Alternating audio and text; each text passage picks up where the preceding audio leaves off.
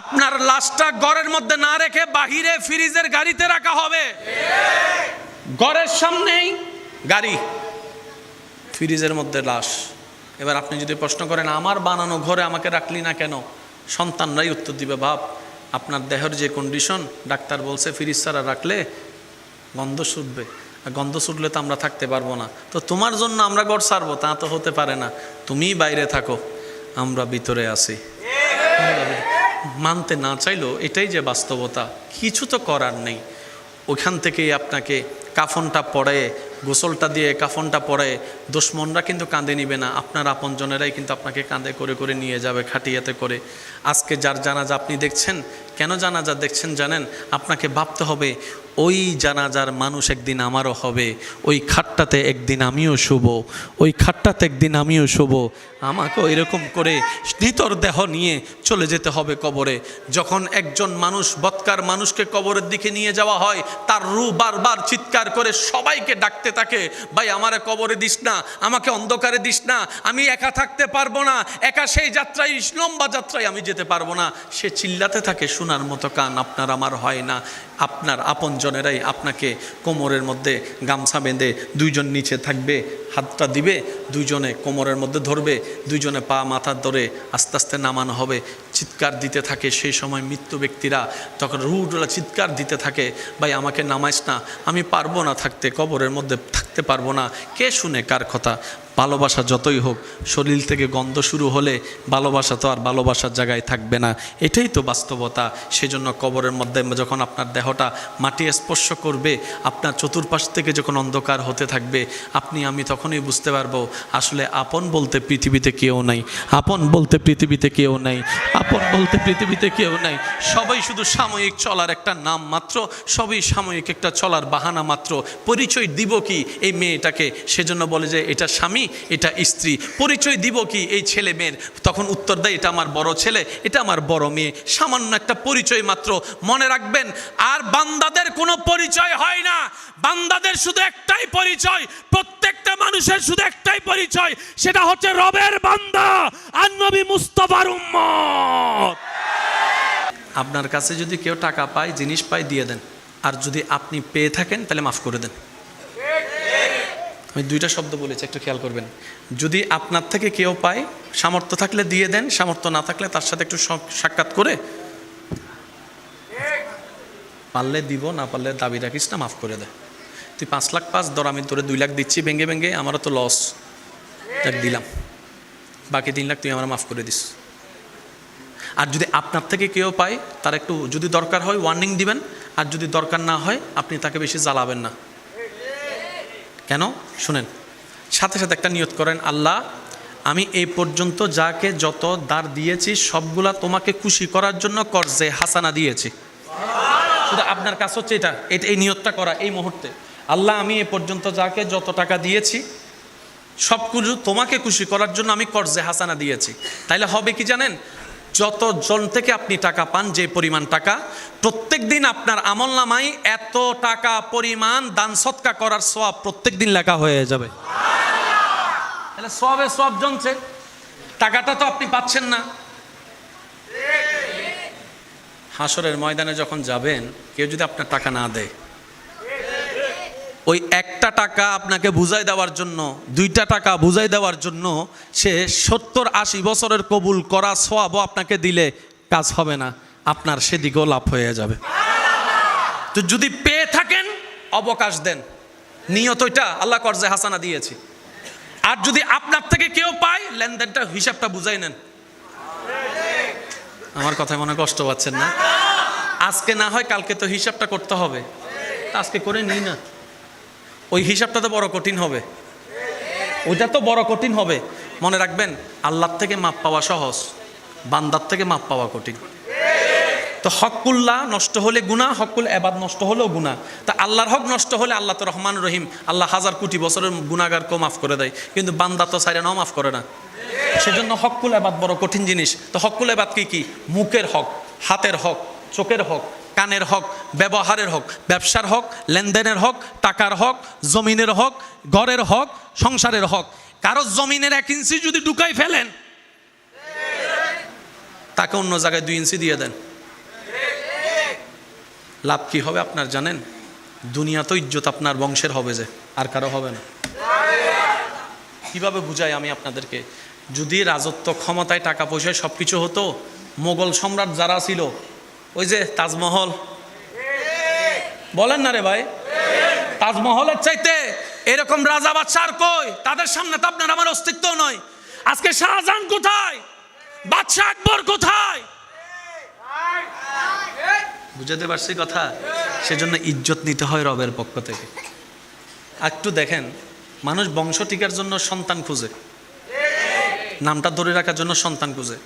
শাহজালাল, হযরত শাহজালাল রহমতুল্লাহ আলাইহি কোনো সন্তান নাই, কিন্তু সবাই ওনার নাম জানে, আবার ওনার জিয়ারতও যাচ্ছে। ব্যাপার কি? যে রবের হয় সৃষ্টি তার হয়ে যায়। যে রবেরকে খুশি করতে পারে, সৃষ্টি জগৎ তারকে খুশি করার পিছনে লেগে যায়। সেজন্য নিয়ত রাখতে হবে সব কিছুর পিছনে, আমি আমার আল্লাহকে খুশি করতে চাই, আমি আমার রবকে খুশি করতে চাই, আমি আমার রহমানকে খুশি করতে চাই, আমি আমার রাজ্জাককে খুশি করতে চাই। আপনার প্রত্যেকটা সেকেন্ড যখন রবের খুশির পিছনে লেগে যাবে, রব বলবে যে তুই দুনিয়াতে কোনো রকম নিজেকে কষ্ট করে ধৈর্য ধরে আমি রবকে খুশি করে আসার চেষ্টা কর। তুই দুনিয়াতে নিজেকে সেভ করে ব্রেক লাগাই স্বপ্ন চাওয়ার মধ্যে শয়তানের মুখে জোতার বাড়ি দিয়ে আমি রবকে সন্তুষ্টি করার চেষ্টা করে তুই কোনো রকম কবরে আয়। তুই দুনিয়াতে আমাকে খুশি করার চেষ্টা কর, তুই হাসরে আসলে আমি আল্লাহ দয়া করে তোকে খুশি করে দিব। লেনদেন শেষ। আল্লাহ পাক আমাদের সবাইকে আমল করার তৌফিক দান করুন।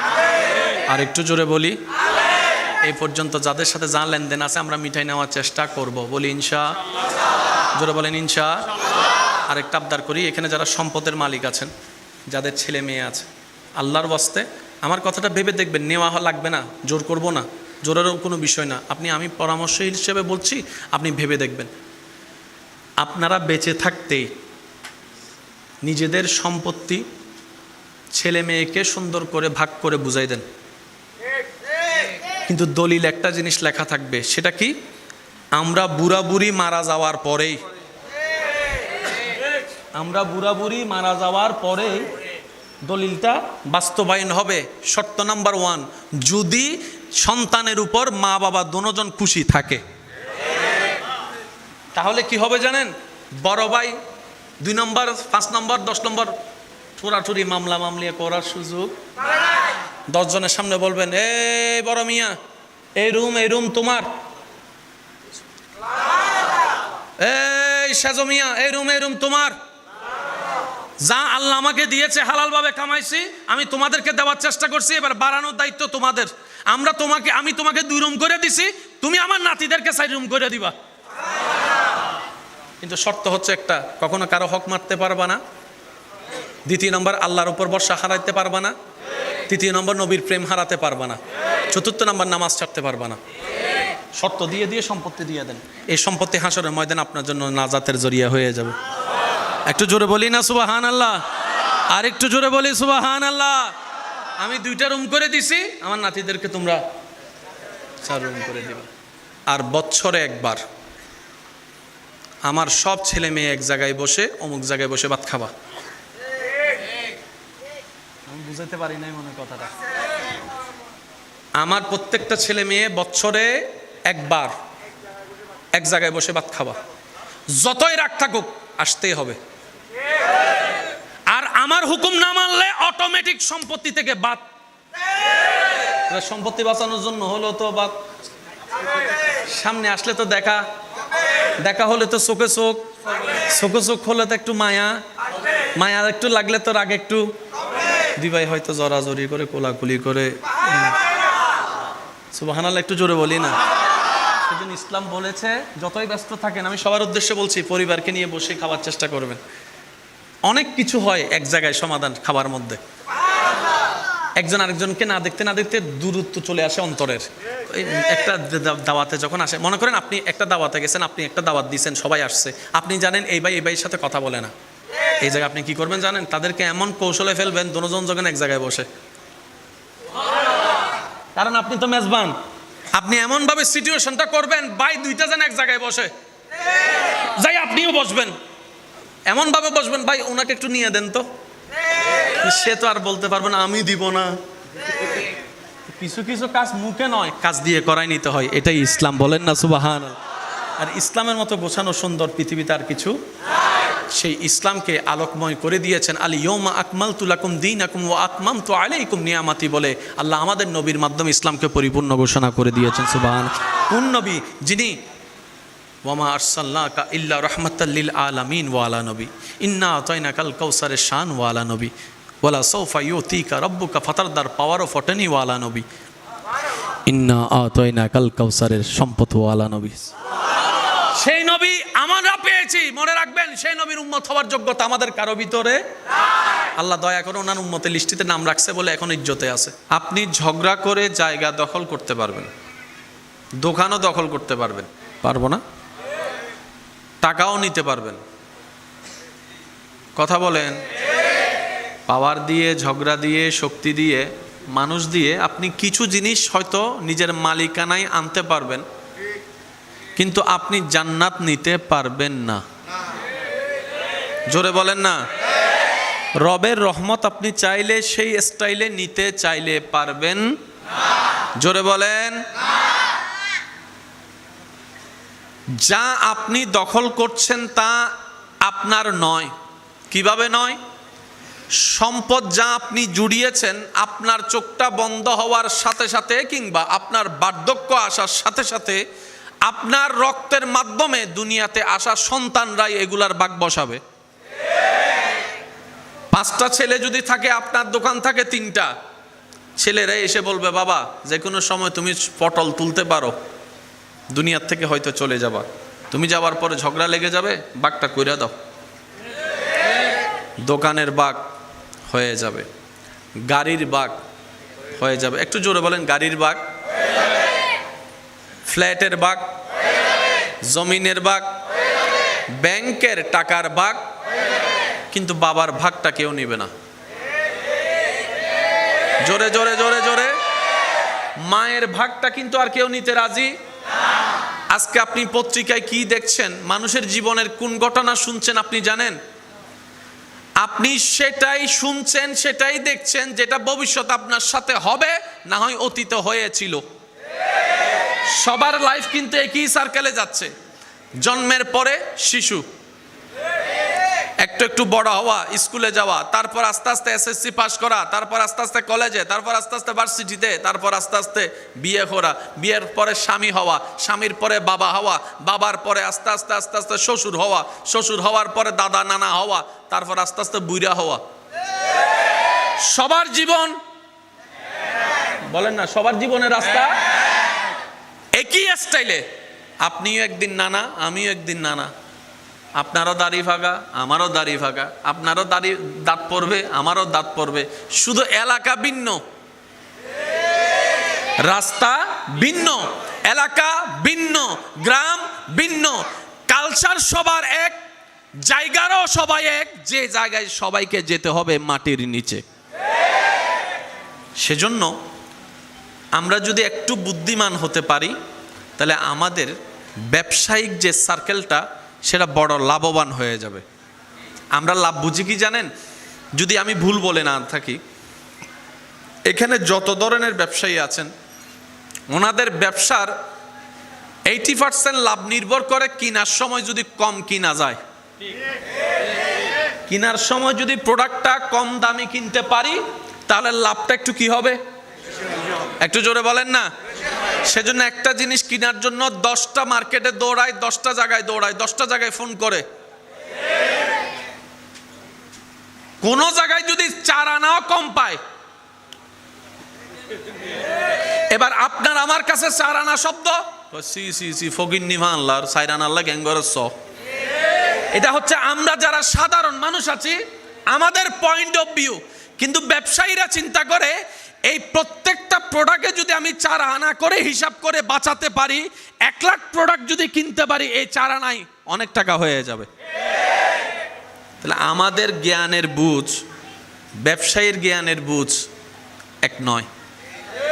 এখানে একটা কথা আমি অ্যাড করি, যারা আমার ভাইয়েরা আছেন, চাকরি করার চাইতেও ব্যবসার দিকে বেশি মনোযোগ দেন। অনেক ভাইয়েরা জীবনের অর্ধেক সময় কাটাই ফেলতেছে শুধু চাকরি খোঁজার জন্য, চাকরি পাওয়ার জন্য, চাকরি করার জন্য। রব্বুল আলামিন বরকত বেশি রেখেছেন ব্যবসার মধ্যে। সুবহানাল্লাহ জোরে বলি। নবীদের জীবনী দেখলেও দেখা যায় ব্যবসার একটা অংশ, একটু জোরে বলি না, আছে। আল্লাহর প্রিয় বান্দা ওলিদের জীবনী দেখলেও দেখা যায় একটা ব্যবসার অংশ। ইমাম আজম আবু হানিফার জীবনী দেখলেও দেখা যায় ব্যবসার একটা অংশ আসে। আর বরকত আল্লাহ রেখেছেন ব্যবসার মধ্যে। একটু মন খুলে বলি সুবহানাল্লাহ। অনেক ব্যবসায়ী আছে দেখবেন দাঁড় কার্য করে ছোট একটা দোকান নিয়ে ব্যবসা শুরু করে এখন 3-4টা দোকানের মালিক। আপনারা জানেন, বুঝেন, চাই বলার চেষ্টা করবো, আপনারা শুধু বুঝে বুঝে উত্তর দিবেন। 4-5টা দোকানের মালিক হয়েছে, একসময় যার একটা দোকানও। আপনাদের অত্র এলাকায় আছে না নাই? এক সময় যে এক বেলা খেলে আরেক বেলা উপবাস থাকতো, এখন তার দোকানে চাকরি করে 5 জনের সংসার চালাচ্ছে। আছে না নাই? আমি কিন্তু আপনার এলাকার সাথে ইউজ টু না, তবে বলতে পারছি কোন সাহসে, যেহেতু ইসলাম যা বলে সেটা পৃথিবীর শেষ প্রান্ত গেলে তা সত্য প্রমাণিত হয়। বলেন সুবহান। এটা অনুমানের জগৎ ইসলামে নাই। ইসলামের প্রত্যেকটা শব্দ অথেন্টিক এবং প্রমাণ সাপেক্ষ। বলেন সুবহানাল্লাহ। এবার আমি আপনাদেরকে একটা কথা বলি, মনোযোগ দিয়ে শ্রবণ করবেন। আপনার এলাকায়, আমার এলাকায়, আমাদের এলাকায় অতীতকালের অনেক বড় বড় কোটিপতি ব্যবসায়ী আছে যাদের জায়গা সম্পত্তির কোনো অভাব নাই, কিন্তু একটা সময় গিয়ে নিজের জায়গা নিজে ইউজ করতে পারে না, বুক করতে পারে না। এরকম অনেক ব্যবসায়ী, ইশারায় বলে যাচ্ছি, বাকিটা আপনারা বুঝে নেন। এক সময়ের অনেক টাকা, অনেক জমিন, কোথায় কোথায় জমিন আছে নাতিপতিরা জানে না, দাদাই কিনছিল, বড় বড় ব্র্যান্ডের নাম, কিন্তু অন্যরা দখল করে বসে আছে, অন্যরা বুক করতে আছে। ব্যাপার কি? মনে রাখবেন, আপনার রিজিকে, আপনার পকেটে, আপনার গোডাউনে, আপনার মানিব্যাগে, আপনার দলিলে, আপনার দোকানে, আপনার আলমিরার ভিতরে যদি অন্যের 1 পয়সারও হক থাকে, কয় পয়সা বলেছি? শুধু 1 পয়সা, আমি একটা টাকার কথা বলছি না, 1টা পয়সারও যদি হক থাকে, সেটা আপনি, আপনার সন্তান, না হয় নাতিদের আমলে, না হয় নাতির ঘরের পতিদের আমলে, সেটা অন্যের কাছে চলে যাবে। কারণ আহকামুল হাকিমিন, ন্যায় বিচারক, যার প্রাপ্য যতটুকু কোনো না কোনোভাবে সেটা তার কাছে পৌঁছায় দেয়। সুবহানাল্লাহ জোরে বলি। তো দাদা কামাইলো, নাতি যদি খাইতে না পারে, সে সম্পত্তির দরকার কি? একটু জোরে বলেন না রে ভাই। এমন কোন দাদা আছে যে নিজের জন্য কামাই না, সবাই নাতিদের জন্য স্বপ্ন দেখে। বাবারা কামাই সন্তানদের জন্য, দাদা নানারা কামাই নাতিদের জন্য। কোনো সমস্যা? একটু আওয়াজটা যদি একটু কম হয়, একটু মেহেরবানি। মনোযোগ আছে আপনাদের? এবার আপনারা কি লাভ চান না লস চান? রব্বুল আলামিন বলে ব্যবসা করো নীতির সাথে, লাভের ব্যবস্থা আমি করে দিব। একটু জোরে বলি, বিধানকার, জোরে বলেন, বিধানকার আল্লাহ। ইয়া আল্লাহ, কিভাবে করব? নবীর থেকে শিখে নাও। ব্যবসার প্রথম শর্ত, কাউকে ঠকানো যাবে, অন্যরা ঠকাক, আপনি ঠকায়েন না। বরকত আপনার খুঁজতে হবে না, আপনার ঘরে বরকত। আচ্ছা, আপনি ব্যবসা করে কামালেন 10 লাখ টাকা, আপনার ছেলে একটা অসুস্থ হয়ে খরচ হয়ে গেছে 50 লাখ টাকা, লাভ হইল না লস হইল? তো এই ব্যবসা করে লাভ কি? জোরে বলেন না। একজন দেখনেওয়ালা আছে না? এই সমস্ত জায়গায় যদি আমরা একটু নিজেদেরকে ব্রেক লাগাতে পারি, লাভটা কি হবে দেখেন। ফিদ দুনিয়া হাসনাতাও ওয়া ফিল আখিরাতি হাসানা। ব্যবসা এমন একটা নিয়ামত, করার মতো করতে জানলে দুনিয়াও আপনার জন্য কল্যাণের হবে এবং সওয়াবের পাহাড় হাসরের ময়দানে জমে যাবে। দিয়েছেন কে? আল্লাহ। জোরে বলেন, দিয়েছেন কে? আল্লাহ। নিতে জানি নাই আমরা, নিতে জানি নাই আমরা। আল্লাহ পাক আমাদের সবাইকে নীতির সাথে, হকের সাথে, নিষ্ঠতার সাথে কর্ম করার তৌফিক দান করুক। আর একটু জোরে বলেন না আমিন। ইমানদার ভাইয়েরা, নিরিবিদ আপনারা একটু নীরবতার সাথে আমাকে একটু সাপোর্ট দিবেন। আমি বারবার করে বলছি, যেহেতু জায়গাটা ছোট্ট আওয়াজ অনেক বড় শোনাবে, আবার আমাদের টাইমও লিমিটেশন দেওয়া আছে। তো সব কিছু মিলে আমি একটু মনোযোগ চাচ্ছি আপনাদের কাছে। আপনারা সবাই লাভ চান না লস চান? যারা লাভ চান তারা একটু মনোযোগ দিয়ে শ্রবণ করবেন। আল্লাহ তাআলা যা কিছু বানিয়েছেন, বানিয়ে ছেড়ে দেন নাই, নিজেই আল্লাহ সব কিছুকে যত্ন নিচ্ছেন। সুবহানাল্লাহ, একটু জোরে বলি। আমরা অনেক সময় নিজের কর্ম ভুলের দোষটা আল্লাহর উপর রাগ দেখাই, নাউজুবিল্লাহ। দোষটা আমাদের, কিন্তু রাগ দেখায় কার উপরে? যেমন সিগারেটের প্যাকেটে লেখা আছে খেলে কি হবে। প্রত্যেকটা কোম্পানি কিন্তু লিখে দিয়েছে। কেন লিখে দিয়েছে জানেন? আপনি যদি এই সিগারেট খাওয়ার কারণে যদি ক্যান্সারে আক্রান্ত হয়ে যদি আপনার পরিবার ওই কোম্পানির নামে যেন মামলা দিতে না পারে, যদি মামলা দেয় সেকেন্ডের মধ্যে খারিজ। কেন? কোম্পানি বলবে যে আমরা তো আগেই তারে বলছিলাম না খাইতে, আমি বারণ করার পরে সে দেখে শুনে জেনে কিনে, তা আমার তো আর দোষ? আমি তো প্যাকেটে লিখে দিয়েছি ধূমপান ক্যান্সার হয়, ধূমপান মৃত্যু ঘটায়, তারপরে সে খাইছে কেন? আমার তো দোষ। সাথে সাথে মামলা খারিজ। বুঝতে পারছি আমি কথা? আল্লাহ তাআলা আমাদেরকে যেমন কিছু নিয়মও জানিয়ে দিয়েছেন, কিছু কাজের নিষেধও করে দিয়েছেন। বলেন না ভাই, করছেন না? আচ্ছা, সুদ খাওয়ার নিষেধ কার? আমরা খাই। এবার বলেন দোষ কার? জেনা করা নিষেধ কার? করি কারা?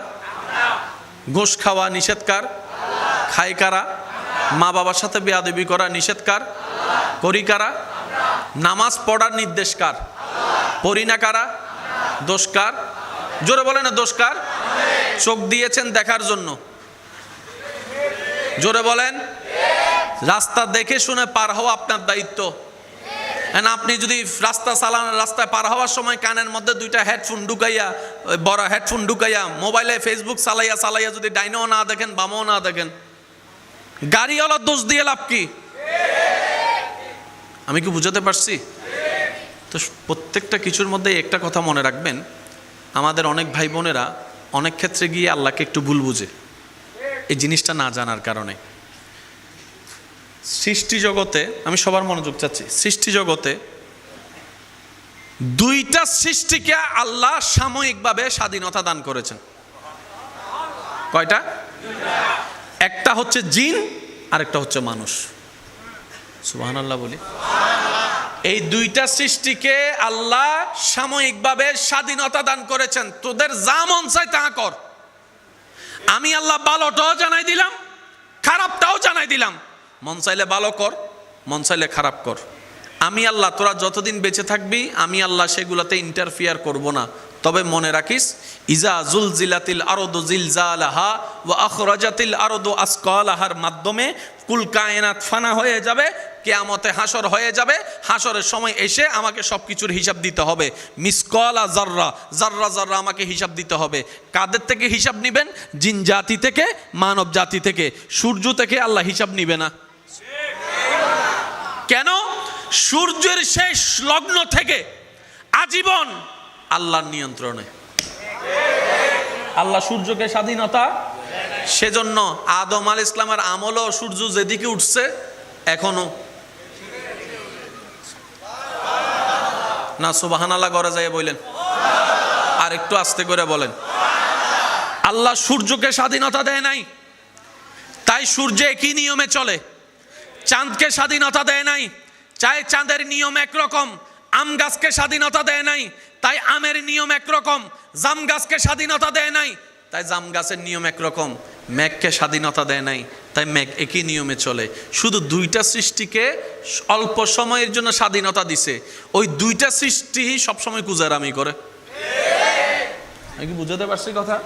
অন্য সৃষ্টিকে আল্লাহ স্বাধীনতা, আর যাদেরকে আল্লাহ স্বাধীনতাই দেয় না তারা ভুল করার কোনো সুযোগ, যারা আল্লাহর আন্ডারে আছে সব সময় থাকে তাদের ভুল করার কোনো সুযোগ, যাদের ভুল করার কোনো সুযোগ নেই তাদের কোনো বিচারও হিসাবও, সেজন্য হাসরের ময়দানে আম গাছের কোনো বিচার নাই। আস্তে আস্তে করো না, আস্তে আস্তে।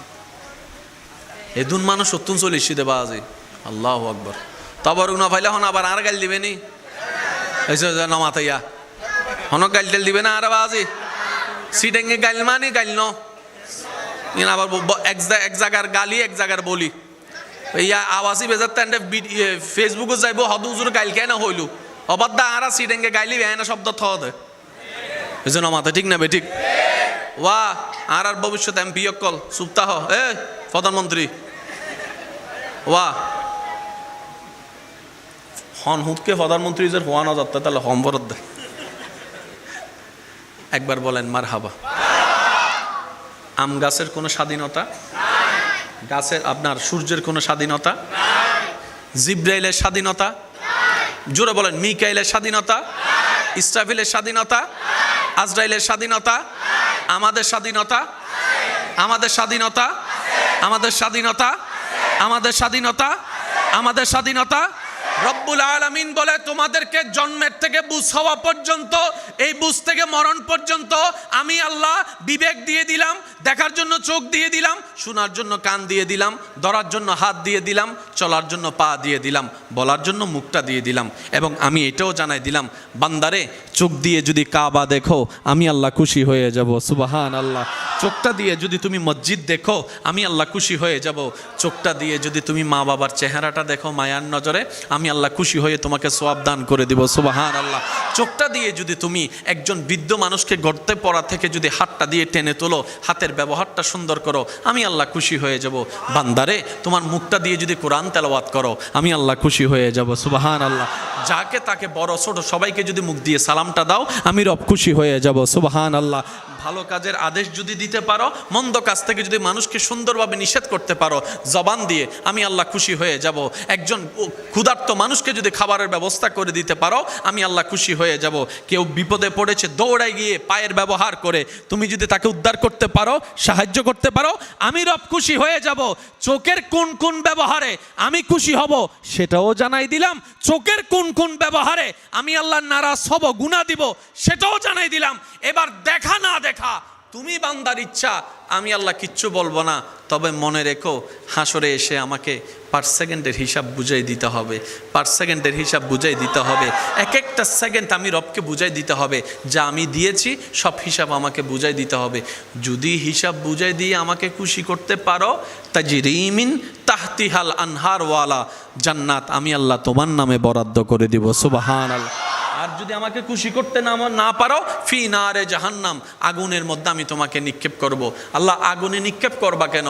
রব বলে যে আমাকে যে খুশি করতে পারে তার জন্যই রয়েছে জান্নাত, সুবহানাল্লাহ। মনে থাকবে ইনশাআল্লাহ? জোরে বলি ইনশাআল্লাহ, আরো জোরে বলেন ইনশাআল্লাহ। এবার বলেন প্রত্যেকটা জায়গায় পজিটিভ নেগেটিভ আছে না নাই? লাইটের ভিতরে, সাউন্ড বক্সের ভিতরে, মোবাইলের ভিতরে, প্রত্যেকটা জায়গায় পজিটিভ নেগেটিভ আছে। এবং কি আপনার আমার শরীরের ভিতরেও পজিটিভ নেগেটিভ আছে।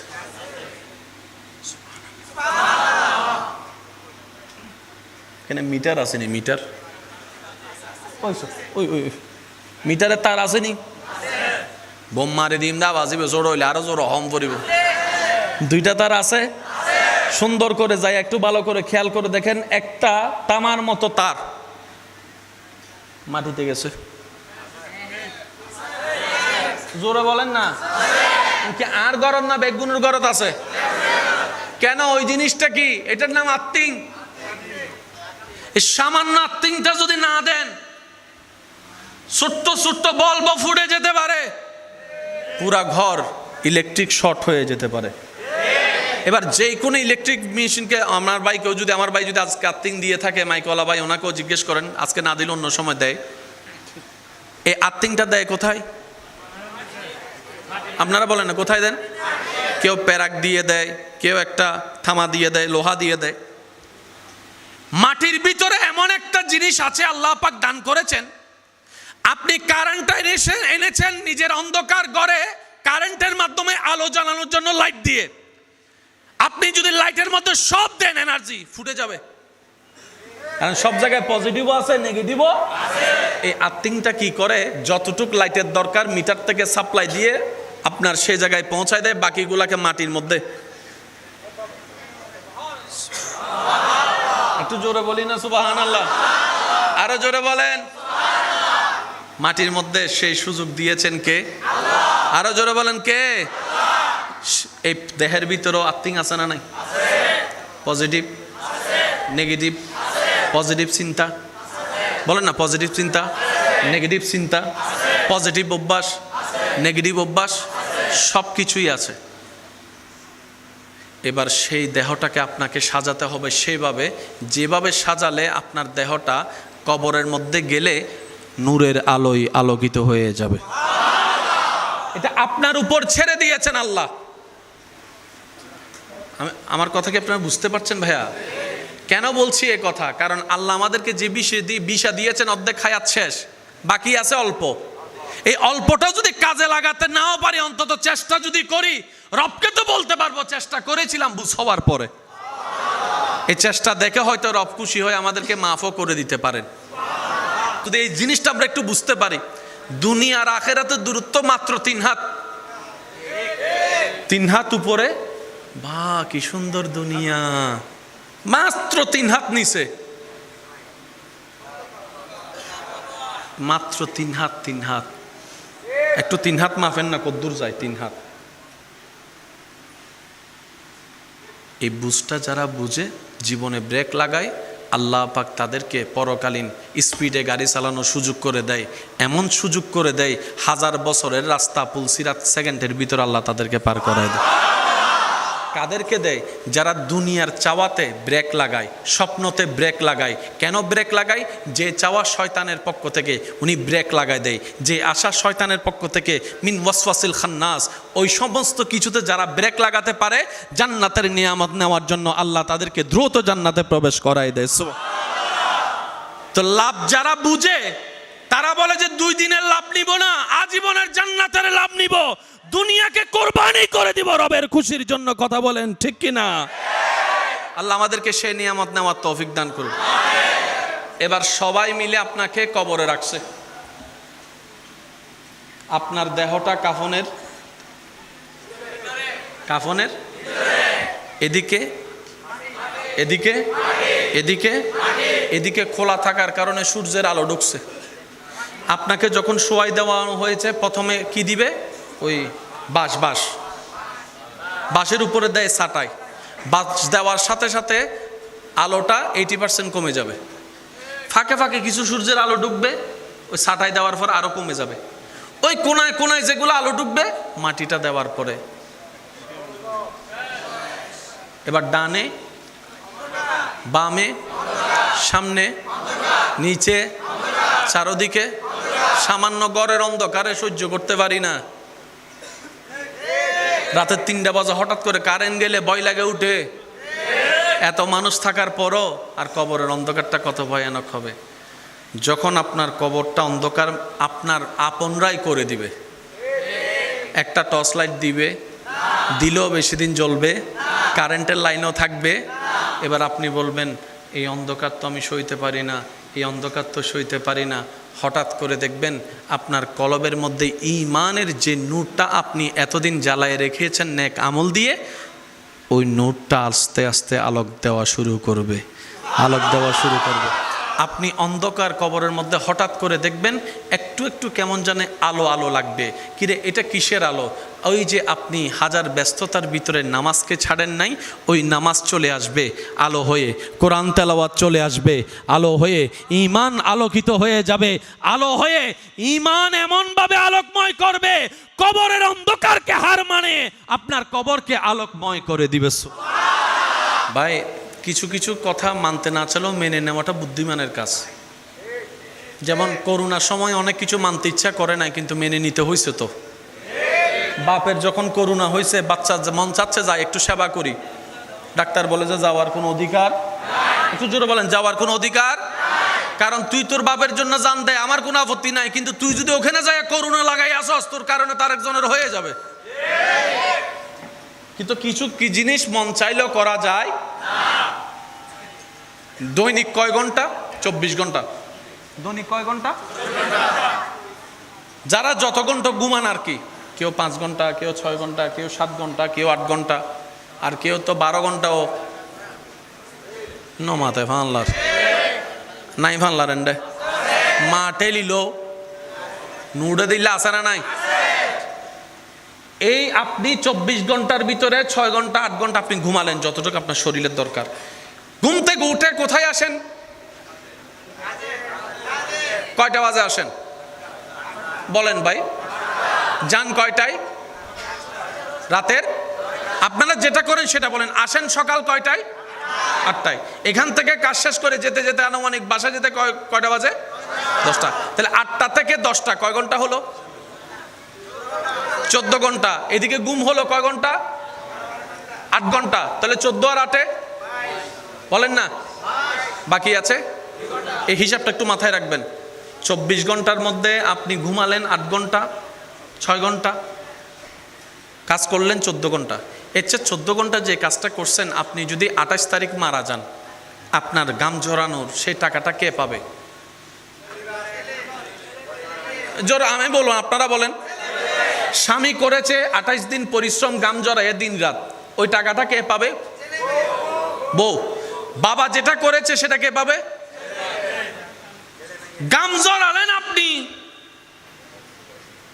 পরিশ্রম করলেন আপনি, উর্গুমা থাকলেন আপনি, নির্গুম থাকলেন আপনি, খাওয়া ছাড়া ছিলেন আপনি, বস্তা নিলেন আপনি, পা ব্যথা আপনার, কোমর ব্যথা আপনার, শক্তি গেল আপনার, বেতন আপনার বউ নিচ্ছে কেন? সন্তানে নিচ্ছে কেন? একটু ভাবেন। মালিকও কিন্তু দিতে দ্বিধাবোধ করবে না। এবার আপনি মালিককে কবর থেকে কল্পনা করে প্রশ্ন করেন, ও মালিক, 28 দিন পরিশ্রম করছি আমি, বেতন ওদেরকে দিলেন কেন? মালিক বলবে, তুই তো বেটা ওদেরকে খাওয়ানোর জন্যই পরিশ্রম করছস, তাই তোর পরিশ্রমের বেতনটা তো ওরাই পাবে। স্বামী করে বউয়ের জন্য, বাবা করে সন্তানদের জন্য, বাবা করে সন্তানদের জন্য। তাহলে পরিশ্রম আপনার, বেতন পাচ্ছে অন্যরা। তার মানে কি আপনি আমরা অন্যদের জন্য গাথা গাথা খাটিছে।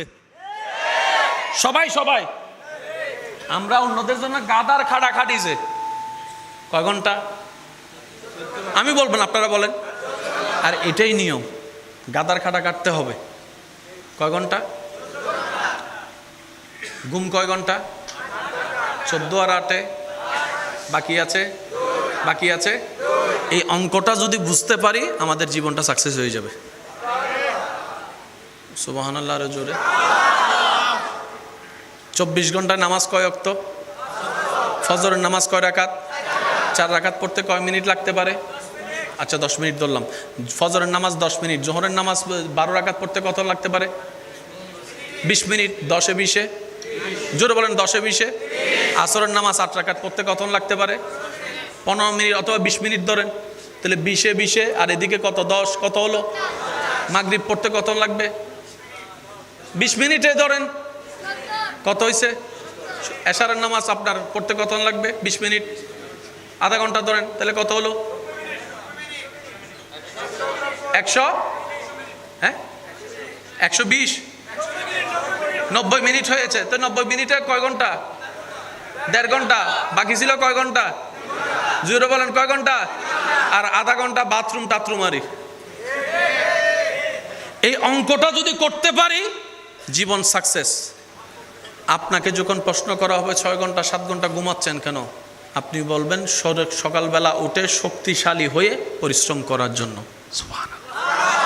8টা থেকে রাতের 8টা 10টা পর্যন্ত পরিশ্রম করছো কেন? আমার বউয়ের মুখে খাবার তুলে দেওয়ার জন্য, আমার সন্তানের মুখে খাবার তুলে দেওয়ার জন্য, আমার মা বাবার মুখে খাবার তুলে দেওয়ার জন্য, বাড়ি ভাড়া দেওয়ার জন্য, বাজার খরচ করার জন্য, কারেন্টের বিল দেওয়ার জন্য, বাচ্চাদের পড়ালেখার খরচ দেওয়ার জন্য, মা বাবার চাহিদা মিটানোর জন্য, বউয়ের স্বপ্ন ছক মিটানোর জন্য আমি 12 থেকে 14 ঘন্টা দিলাম। এবার যদি জিজ্ঞেস করা হয় বাকি 2 ঘন্টা, বলে যে বাকি 2 ঘন্টা আমি কাউকে দিব না, আমার রবকে দিব যিনি আমাকে জীবন দিয়েছেন। বাকি 2 ঘন্টার প্রত্যেকটা সেকেন্ড আমি আমার মালিককে দিব যিনি আমাকে হায়াত দিয়েছেন। বাকি 2 ঘন্টা আমার রিজিক দাতাকে দিব যিনি আমাকে রিজিক দিয়েছেন। বাকি 2 ঘন্টা আমার শক্তি দাতাকে দিব যিনি আমাকে দেখার জন্য হাঁটার জন্য শক্তি দিয়েছেন। এক কথায় আমি 14 ঘন্টা দুনিয়ার জন্য দিব, সবার জন্য। বাকি 2 ঘন্টা আমার নিজের জন্য, কবরের জন্য দিব। তাহলে কবরটাও হয়ে গেল, দুনিয়ারটাও হয়ে গেল, ঘুমও হয়ে গেল। আমরা এখন বোকামি করছি কোথায় জানেন? অন্যেরটা দিতে দিতে দিতে, অন্যেরটা দিতে দিতে নিজেরটা দেওয়ার টাইম, অন্যের জন্য করতে করতে নিজের জন্য করার টাইম। তো বড় দুঃখ লাগে এই জায়গায়, যাদের জন্য করা হয় তারাই এক সময় গিয়ে আঙ্গুল তুলে দেখায়, বলে আমার জন্য কি করছো, আমার জন্য কি করছো। যাদেরকে খাওয়ায় তারাই এক সময় গিয়ে বলে কয় বেলা খাওয়াইছো, এত চিল্লে চিল্লে কথা বলো। এই জায়গায় বড় দুঃখ লাগে। অথচ রব্বুল আলামিন 1000 বার খাওয়ানোর পরও একবারও খোঁটা দেয় নাই। সুবহানাল্লাহ। অথচ রব্বুল আলামিন ফজরের নামাজ না পড়লো আপনাকে আমাকে ঘুম থেকে উঠার আগে নাস্তার রিজিক দিয়ে ব্যবস্থা করে দেন। সুবহানাল্লাহ। 1000টা গুনাহ করলো চাইলে সবাইকে জানাই দিতে পারে, কিন্তু সাত্তার হয়ে সব গুনাহকে গোপন রেখে আমাকে আমার জায়গায়, আপনাকে আপনার জায়গায়, আমাদেরকে আমাদের জায়গায় ইজ্জতে সম্মানে এখনো মাথা উঁচু করে কথা বলার সুযোগ দান করে রেখেছেন রব্বুল আলামিন। বলেন সুবহান। ডেলি কয় ঘন্টা? 24 বলো না, ডেলি কয় ঘন্টা? 24 ঘন্টার হিসাব কি মিলছে? জোরে বলেন না। এবার অন্যের দিকে তাকানোর দরকার নাই। এতদিন পর্যন্ত 24 ঘন্টা কিভাবে কাটাইছি নিজেকে প্রশ্ন করলেই বাকফল চলে আসবে। বুঝাইতে পারি না মনে কথাটা। আপনি আমার দোষ খুঁজবেন কেন? আমি কেন আপনার পিছনে লাগবো? আপনি আপনার দোষ খোঁজেন, আমি আমার দোষ খুঁজি। দুইজনে যখন দুইজনের দোষ খোঁজা শুরু করব, আপন আপন জায়গায় নিজের গুনার পাল্লা কমতে থাকবে, নেকির পাল্লা বাড়তে থাকবে। বলেন না সুবহানাল্লাহ। আল্লাহ ও গো আল্লাহ, ক্ষমা করে দাও, মাফ করে দাও। আল্লাহ ও গো ক্ষমা করে দাও, মাফ করে দাও। আল্লাহ ও গো আল্লাহ।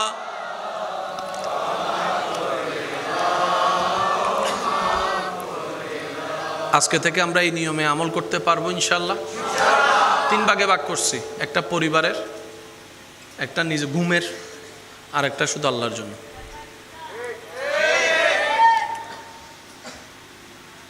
অনেকে হয়তো কষ্ট নিচ্ছেন আমার কথায়।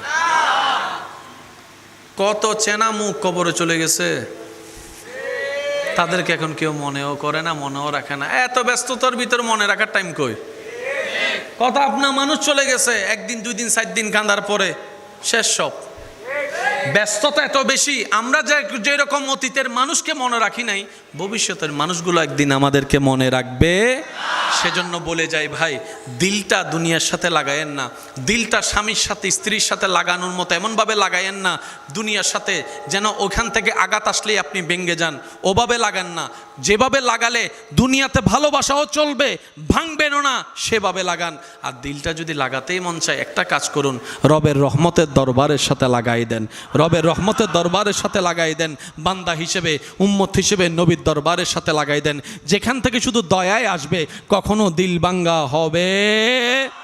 আর একটু জোরে বলেন, দিল ভাঙ্গা হবে? আমরা এই সমস্ত জায়গায় যদি একটু চালাকি করতে পারি, আমাদের দুনিয়াও সুন্দর হয়ে যাবে, আখিরাতও সুন্দর হয়ে যাবে। বলেন সুবহান। আসুন আমরা এবার কিছু অন্য বিষয়ে কথা শোনার চেষ্টা করি।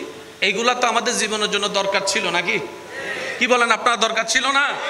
28 দিন আপনি পরিশ্রম করবেন, বেতন আপনি পাইতেন না, তো করে লাভ কি? ওই যে ভাই কথা বলে না, সম্পদ কামাবেন আপনি, ভোগ করবে আরেকজনে, ঘর বানাবেন আপনি, আপনার ঘর থেকে মরার পর আপনাকে বের করে দিবে। দরকার কি? লাগাইয়েন না দিল এতটুক। চলা দরকার চলেন, বলা দরকার বলেন, করা দরকার করেন। মিশে যাইয়েন না, মিশে যাইয়েন না, মিশে যাইয়েন না। মিশে গেলে শেষ হয়ে যাবেন। তা মাথায় রাখতে হবে, দুনিয়ার সাথে যে যত বেশি মিশে যায় সে তত বেশি লবণের মতো গলে যায়, অস্তিত্ব থাকে না। আর যে রবের রহমতের সাথে মিশে যায়, 1000 বছর পরও ওনার নামটা সসম্মানে মানুষ স্মরণ করে, সসম্মানে নিতে থাকে।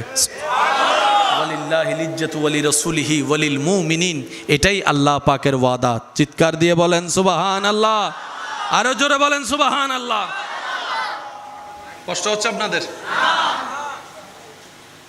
বাজারের দোকানে কাফনের সে বীরের মধ্যে কাফনের যে থান, আপনার আমার জন্য শেষ বেলায় যে কাপড়টা কবরে যাবে সেটা হয়তো অলরেডি দোকানে চলে আসছে, কোনো না কোনো দোকানে চলে আসছে। শুধু এখন জানেওয়ালার যাওয়া বাকি, টাকা দেনেওয়ালার টাকা দেওয়া বাকি, নেনেওয়ালার কেটে নেওয়াটা বাকি। দোকানে ফ্যাক্টরিতে কিন্তু আমাদের শেষ যাত্রার কাপড়টা চলে আসছে, যেটাতে কোনো পকেট, হাই হাই হাই, পায়ের দিকে এক বান দেয়।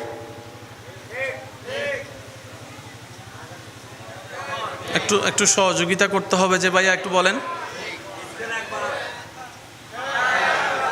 কবরে রাখার সময় একটা বান খুলে দেয়, পায়েরটা, কোমরেরটা, মাথারটা খুলে দেয়। কখনো কি ভাবার প্রশ্ন করেছি নিজেকে, জিরে পাটটাও বেঁধে রাখলো, কোমরটাও বেঁধে রাখলো, মাথারটা খুলে দিল কেন? আরেকটু যদি একটু গভীরে যাই, কত নির্মমতা একটু দেখেন, যে দুনিয়ার জন্য আপনি আমি পাগল হয়ে যাই। আমরা মারা গেলে ঘর থেকে কিন্তু দুশমনে বের করে না, আপনরাই কিন্তু কোলে করে কাঁধে করে বের করে দেয়। এমনও হয় যেই রুমে লাশটা রাখা হয় রাতের বেলা, সেই রুমে আর কেউ ভয়ে যেতেও চায় না। নিজের রক্তের মানুষগুলা ভয় পাইছে, বাবার দেহ রাখা রুমটাতে সন্তানরা যেতে চায় না, ভয় পায়। একা রাত্রে বেলা গেলে মনে হয় যেন পিছন থেকে বাবা এসে দাঁড়ায় রইছে। আপনার লাশটা ঘরের মধ্যে না রেখে বাহিরে ফ্রিজের গাড়িতে রাখা হবে, ঘরের সামনেই গাড়ি, ফ্রিজের মধ্যে লাশ।